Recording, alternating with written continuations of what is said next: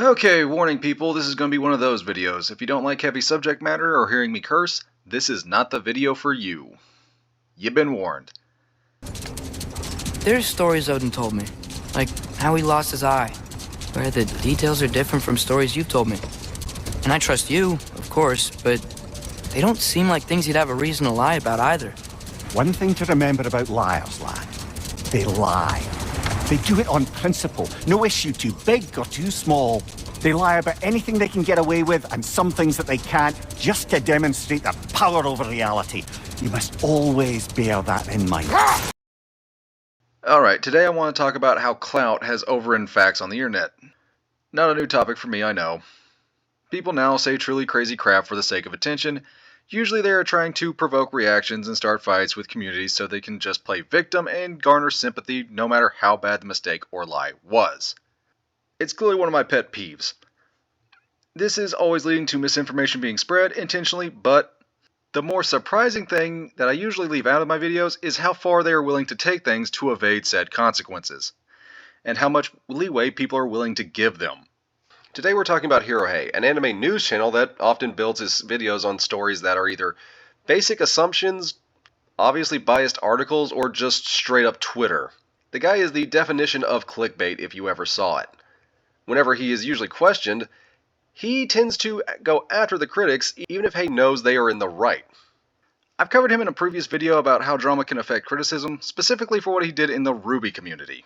If you didn't see that one, basically what happened was Hirohei received an email claiming to be from the sister of a girl named Cleo, who was apparently driven to self-termination over being bullied by the RWBY community due to a ship. He titled it originally, "A Young Woman Has Taken Her Life as Vile RWBY Shippers Are Coming at Her." Yeah, with a thumbnail saying, "Intolerant Shippers Claim a Life." Okay, so that looks pretty serious, right? Well, despite how that looks, Hay was a lot more on the fence about this in the actual video, saying things like, "if this is true," or "he believes it could be true," never outright stating it despite the title and thumbnail, clearly doing that already. Surprise though, it wasn't real, and he got duped, not that Hay sees it that way. As the very next day after that first video, and plenty of backpatting on Twitter, he made another video, half of which was pretty much just going after critics, claiming he was glad he never published the story, even though Hay literally published the frickin' story. Here, I did still redact some information, just the email addresses and the last name, because it seemed like the right thing to do. I did put my watermark on this, because with the people trying to smear me right now, if I didn't, they would probably just take these emails and say whatever they want about them. Let it be known that I'm the one publishing this and getting it out there, and let it also be known that this person in the second email they sent me asked me to publish this information, publish this email, and I did not do that because this doesn't really prove anything, and I was still skeptical, and I was not about to boost this email and publish it without getting more information first. And now we have more information that makes this whole thing look very uncredible. But I will say this much. From what I've seen being sent to people like the last 2 years or so, and how bad the fandom has gotten, I personally can see this being a very real story. I emailed them back and they sent this. It would mean a lot to me if you would use this email to confirm the story. Again, I didn't end up doing that. You can see this was from 15 hours ago. At this point, it's probably about 17 hours ago for that one, 19 hours ago from the beginning. The first one, rather. They say, "I know a lot of people don't believe these things and think of them as cruel jokes." Well, turns out you were making a cruel joke, most likely. I'm glad I didn't publish this. I knew better. But I will say this much.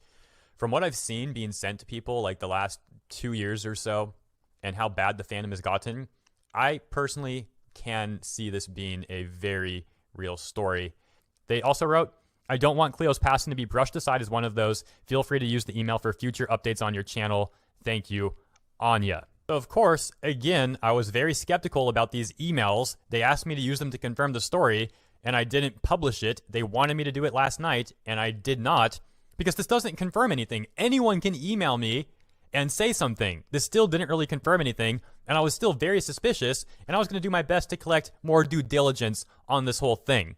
And I just got to say, I'm not going to sit here rambling so much because I am at a loss for words on this one. But again, I haven't personally confirmed the story, so I'm not here to force ideas in your mind. Make of this what you will. Make of it what you will. Make your own opinion on it. But I will say this much. From what I've seen being sent to people like the last 2 years or so and how bad the fandom has gotten, I personally can see this being a very real story.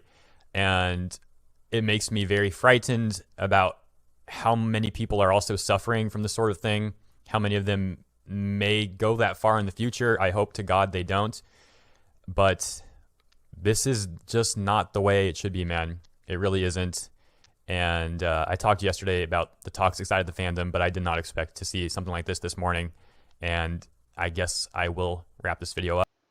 That was what I covered last time, but I left out just how many people believed him even after the truth came out.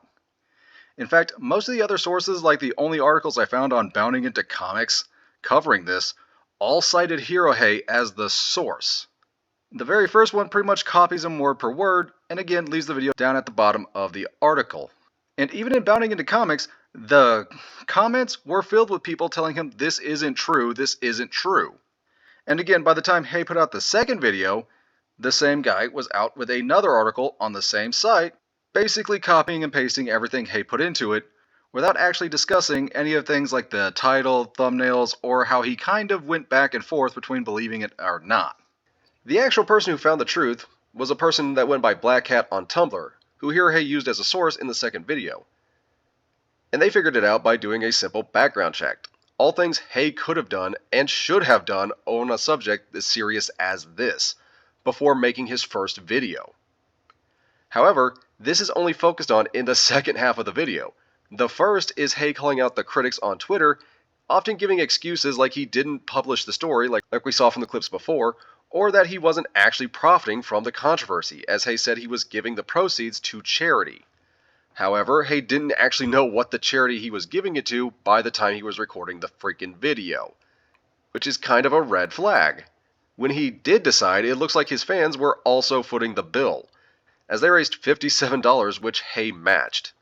So, again, it was just about $100 actually being raised, half of which was from Hay's fans, and we have no idea if he actually gave the ad revenue from said videos to the charities or not.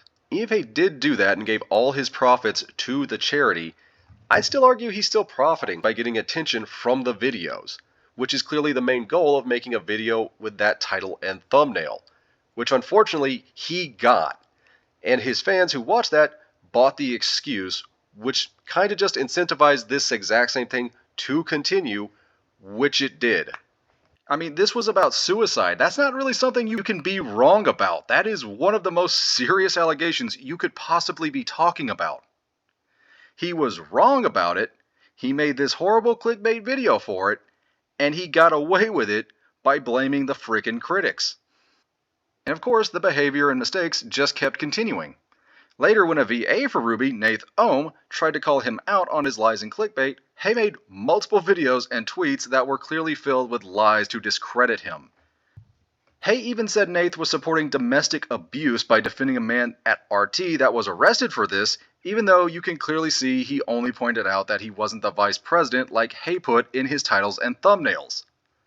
And pointed out that Hay knew that before making them. Again, just to point out how they were clickbait.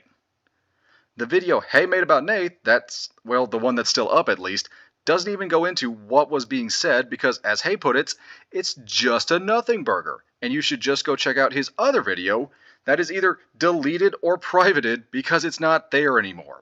Up to a video I made about a week ago regarding the voice actor on RWBY for Lai Ren, the brother of Monty Neethum, and his apparent hit piece against me. As I said before in my prior coverage, I have nothing but respect for Monty.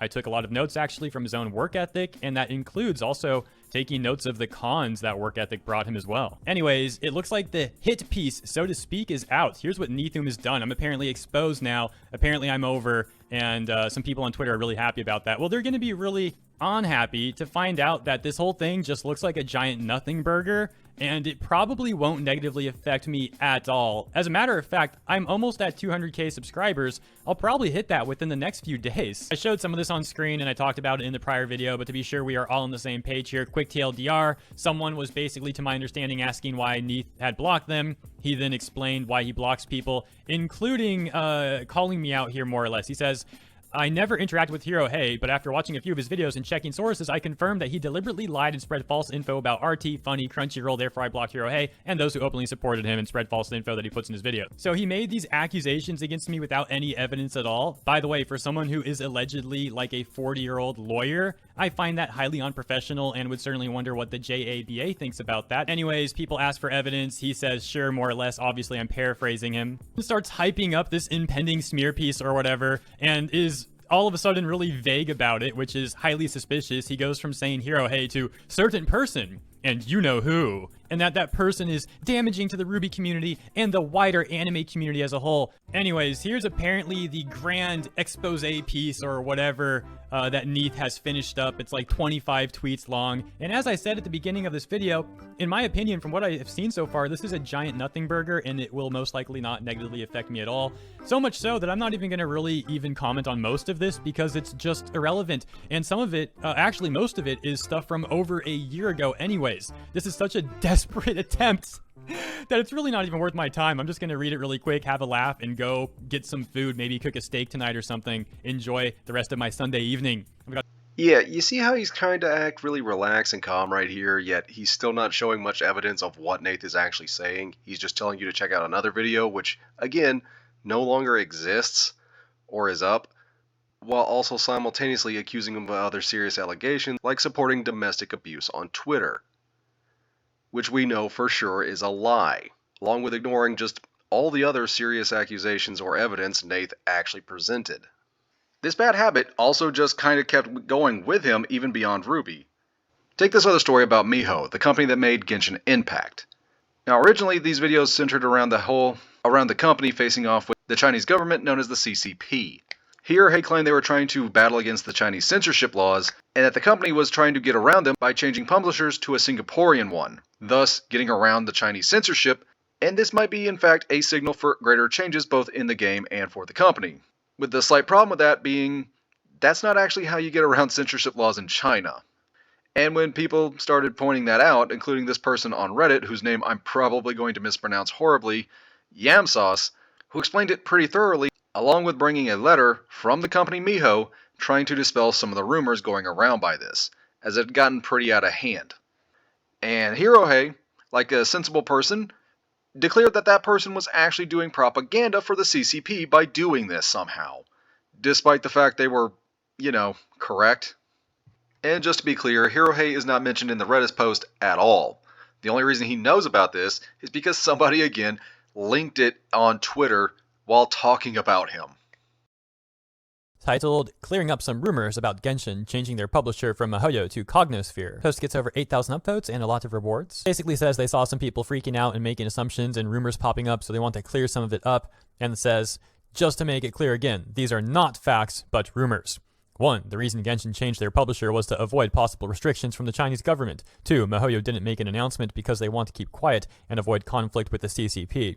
3. The entire company is moving to Singapore because the CCP is planning to take action against Mihoyo. 4. Now the devs will have more freedom in making characters and lore. We will have better content. 5. Now we will get more Freemo gems and events. The post then links to this announcement from November 24th, titled, Payment Methods Supported by Epic Game Store Now Available in Genshin Impact. It goes on to say, we'd like to announce to travelers worldwide who have downloaded Genshin Impact on Epic Game Store are now available to make in-game transactions with various payment methods supported by Epic Game Store. To ensure the safety and convenience of online transactions, we will continue to listen to feedback to seek more eligible payment options globally. Meanwhile, with more entities engaged, the publisher of Genshin Impact on Epic Game Store has been updated to Cognosphere Ltd, which would be responsible for publishing work on various platforms. Quality service will still be ensured in all publishings. The Reddit post goes on to talk about why some Chinese companies may want to switch publishers outside of China to avoid certain cash flow restrictions and other regulations that other countries might impose on Chinese companies. So in my opinion, this Reddit post does make some fair points,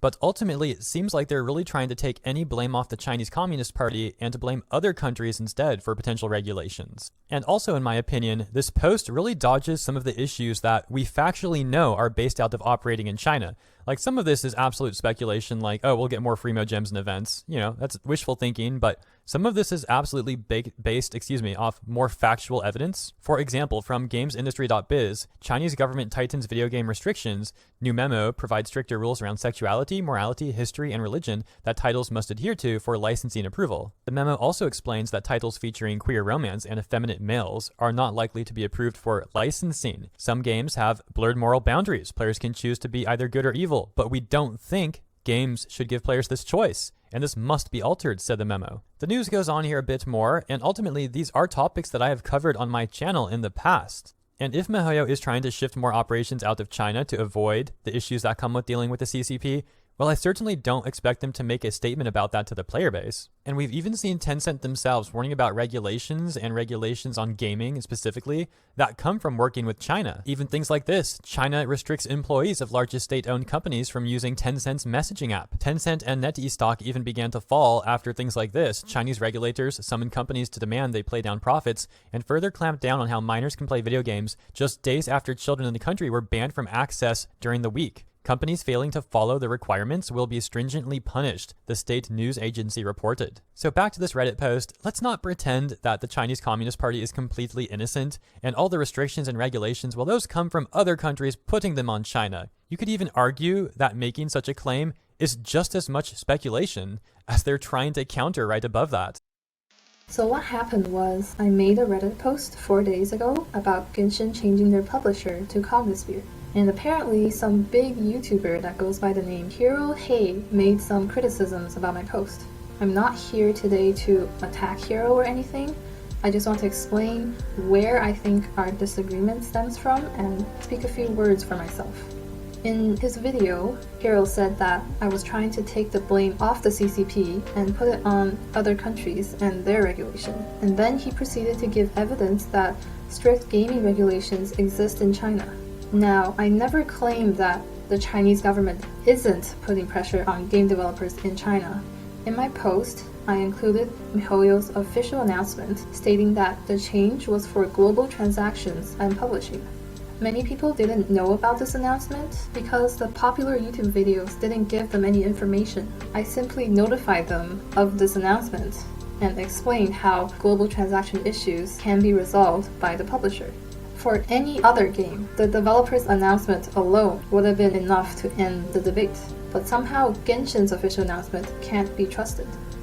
Some people think having a Singapore publisher means Mihoyo is free from Chinese censorship rules. For Chinese gaming companies, censorship applies at the development stage, and changing publishers doesn't affect game development at all. As long as Mihoyo itself is still a Chinese company, no matter how many offshore subsidiary companies they make, they cannot be free from Chinese regulations. As long as Mihoyo still wants to serve and profit from the Chinese market, they cannot be free from Chinese regulations. Now, even if we pretend that setting up a company in Singapore means the great escape from the CCP, Mihoyo can't just one day go like, alright CCP, I found a loophole, I'm out, see ya.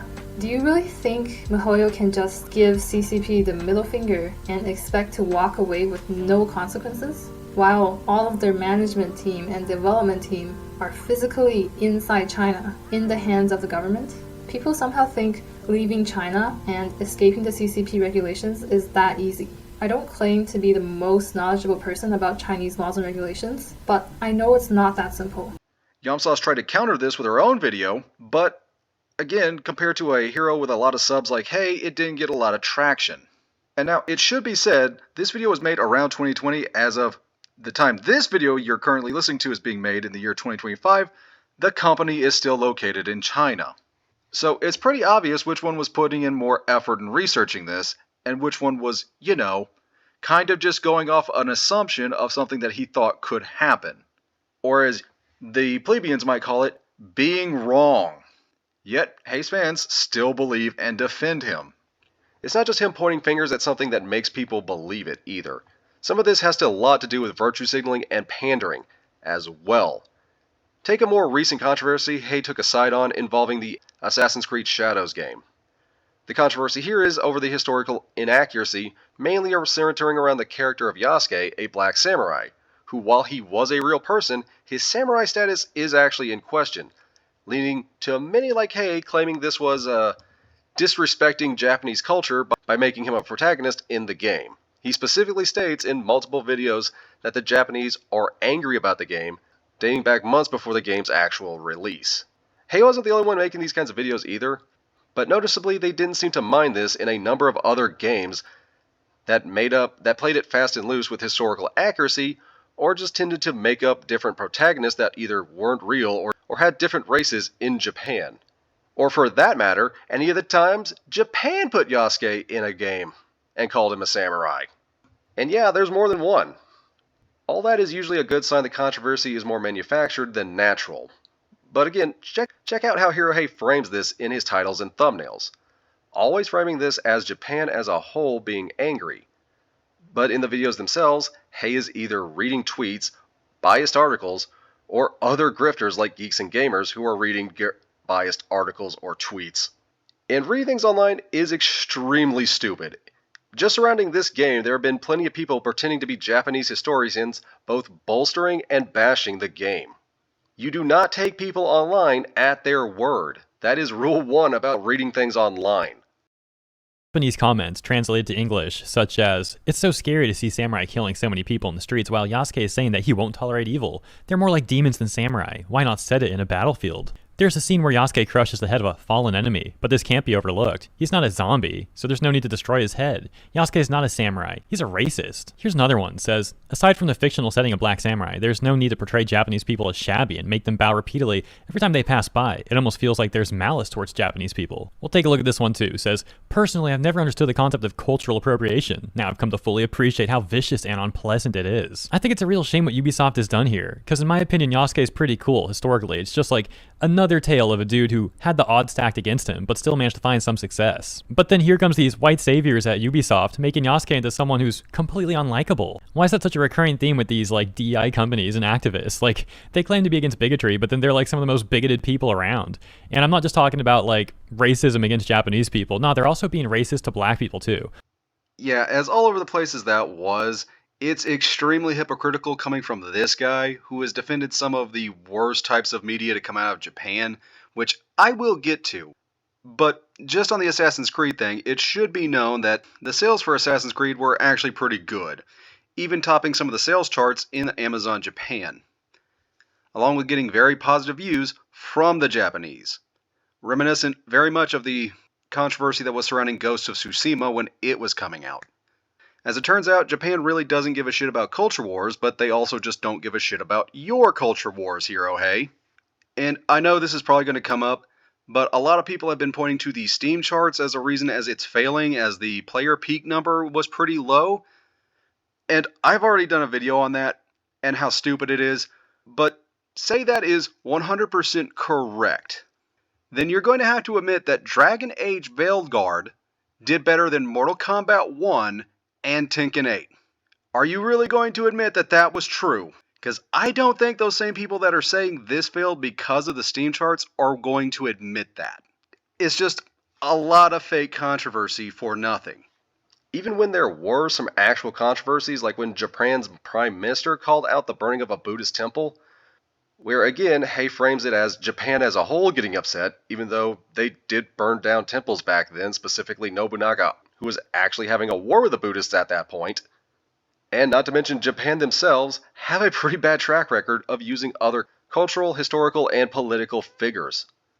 Like Jesus Christ was actually cheering on Buddha, who looks like the leftist stereotype from the Daily Wire if he hit the gym in Record of Ragnarok. In Baki Hanma, the character Yujiro literally threatens to assault the stand-in for the United States President Trump and his VP Musk. Or just, all the blackface that they've done over the years. That's not even half of the crap they've pulled either. And there's actually been many debates about what is okay to see in an anime. Like the old school lolicon debate and the obvious fan service that goes into them. A lot of which Hei has specifically defended. And I mean some of the worst pieces of media that involve both lolicon and just outright sexual intercourse. Like the infamous redo of Healer. He has defended other fans' very provocative art while also going after other people's art that he finds problematic.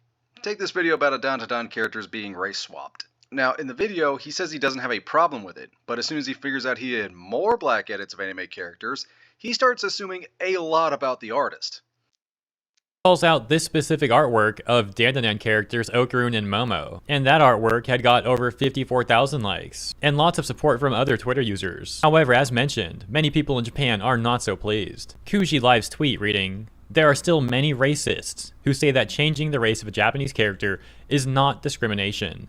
And as you can see from the quote, they say it's a great drawing because the character is not Japanese. If you point this out, you'll be called a racist. Their IQ is too low to even understand what discrimination is." But Kuji Live wasn't done there, as he went and made this second tweet, another user responding saying, "Not all foreigners, but those with certain politics. I'm Hispanic born and raised in USA. Manga and anime have been a part of my life since I was a toddler. Recent events have honestly infuriated and saddens me to see the disrespect Japan has had to deal with from Westerners." Conversely, this user going against Kuji Live's tweet saying, "It's not that deep. The person made a black version because they love the characters and want to see them in a similar skin tone. I don't get how you jump through hoops to end with racism as a conclusion." So here's the thing. I took a look at the profile of the person who made the art of Okarun and Momo, and from what I saw, like 99% of the art that they draw of anime characters is a black version. You would think if they really did like all these characters the way they are, that there'd be more variety. But instead, almost every single time they draw one of these characters, it's an altered version, in which it's pretty understandable that Japanese people might take a look at that and come to the conclusion that these people don't like the characters the way they are, and that they might not like Japanese people either. And other Japanese users would respond to the artwork in different ways. For example, this one, posting Okarun and Momo and saying, "I'll put it back." Finally, a tweet pointing out hypocrisy reads, "They'll gladly bully a Japanese artist into oblivion for drawing Marina a shade lighter than usual, and then go and do this.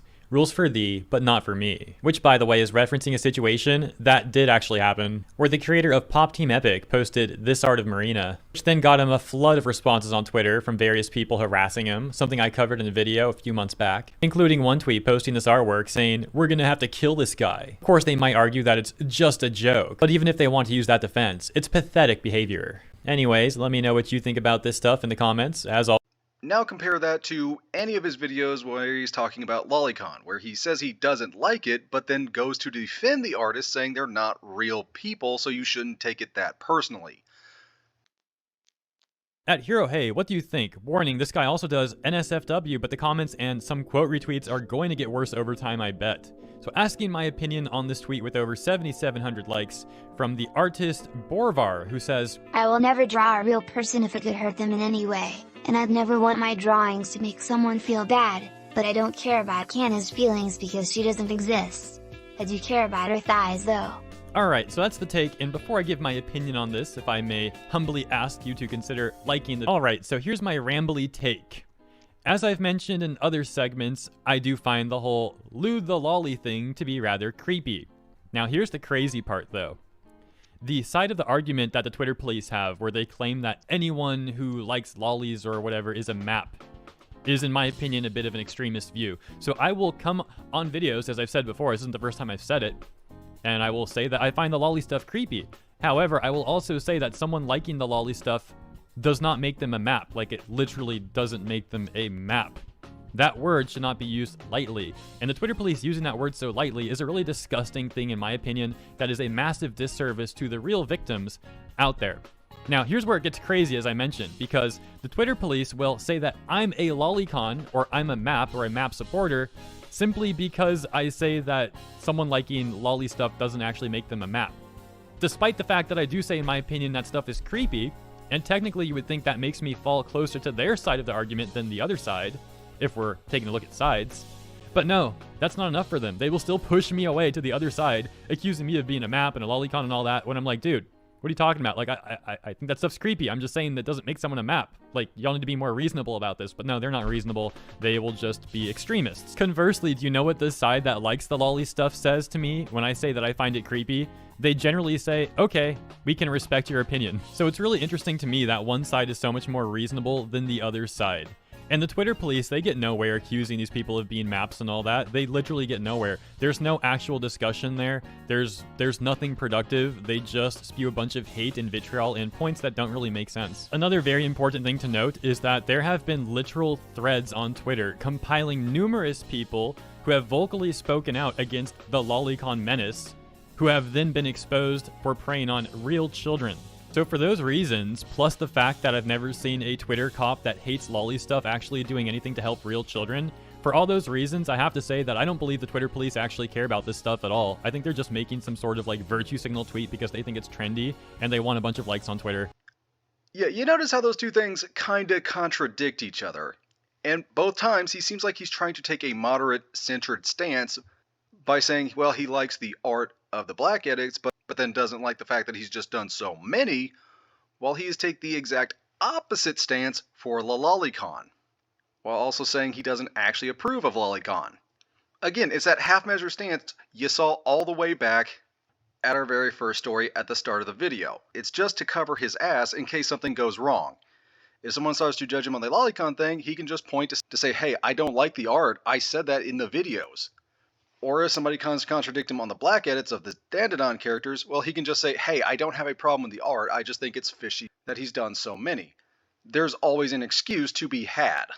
Even though if your whole stance is, if they're not real people, you shouldn't take it that personally, you probably shouldn't be mad at the Dandadan artists just because he has a lot of black edits of anime characters. It's not like he said he was fixing people's art or something, which is again a common go-to for these guys, but that didn't happen here. You just saw a bunch of black anime characters and you freaked out. People go along with this not so much out of being tricked, but because Hey is actively cultivating fans that already have these kinds of double standards. As they like anime, they like fan service, they might like lolicon, and so they give this a pass while ultimately condemning other creators who are arguably doing the same thing but way less worse. And that is kind of the danger with clout chasers. They will say anything to get attention and do anything to avoid responsibility if they make a mistake. None of these people like Yamsas or Nath deserved the attacks that Haruhi leveled at them just for correcting him. He could have put forth the work to do this and get it done right if he had tried. The problem is, he's not really trying, he just wants to get out at clickbait titles and thus get attention. And unfortunately, people that get attacked by these guys often don't have the time or the fan base to deal with this kind of thing. Unlike Hay, who has unlimited free time and fan base loves this kind of bullshit drama. However, that clout is a double-edged sword. As we see with a lot of people like It's a Gundam or Lily Orchard, if they start to get too much bad press, it obviously becomes a problem for them.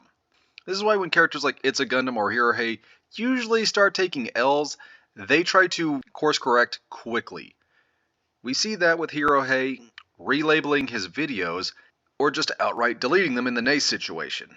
Or how It's a Gundam just tried to stop doing videos when the shows they like X-Men 97 turned out to be popular, and decided to focus on less popular ones like Acolyte. Otherwise, they'll just turn into another Lily Orchard or Ranting into Vengeance, as they will just double down on all their bad takes, usually out of narcissism or just plain ignorance. And that wound up hurting them. So if enough people start pointing out the mistakes and start paying attention more, their job all of a sudden becomes a lot harder. And at the end of the day, that's always what's going to make the difference. Knowledge. Not the knee-jerk reactions that they're hoping you see, but actual knowledge of the source material from the actual fans. And then maybe we can kind of avoid clout chasers like this. Now, just because I know Hirohei kind of has this bad habit of punching down and constantly searching his own name, there's a good chance he'll see this. So, in case that happens, hi Hey, I just want to clear some things up for you. Like, one, I don't do this because I secretly hate you or something. I just think you're kind of lazy, and that your lazy work kind of has bad consequences for everybody else. And foremost, you. And that when you tend to make a mistake, you tend not to treat it the best, and instead blame others for it. Which is not fair to others, and it kind of stops you from learning from your mistakes. On to the other things you probably already said about the videos. You've probably mentioned that fact that, the two first stories I mentioned were kind of years old at that point. That was intentional on my part to prove that you really haven't changed in years. That's why I used two older stories along with two stories from this year. You still kind of have this bad problem of creating very catchy clickbaity titles without much to back it up. Like, take that whole Firestorm one. A Firestorm with you was apparently 4 tweets, and you said it was from Japan, but people probably noticed that most of them weren't from Japan. That's just false advertising, and it's not much of a firestorm. I'm also not a secret fan of RWBY and or Assassin's Creed. Most of my comments and criticisms didn't have anything to do with the writing or gameplay of either of those, because most of your stories didn't have anything to do with those either. You just looked for Twitter for cheap drama, or try to take what drama was there and just gas it up to the point where you could hardly call it news anymore. And you were definitely trying to profit off a lot of it. It's all that surface level bullcrap that I kinda just don't like in general. It's nothing to do with you personally. And with that out of the way, I think this is where I'll end my video. If any of you liked it, leave a comment or a like. If there was something you wished me to talk about more of, please leave it down there below. Until then, Auf Wiedersehen.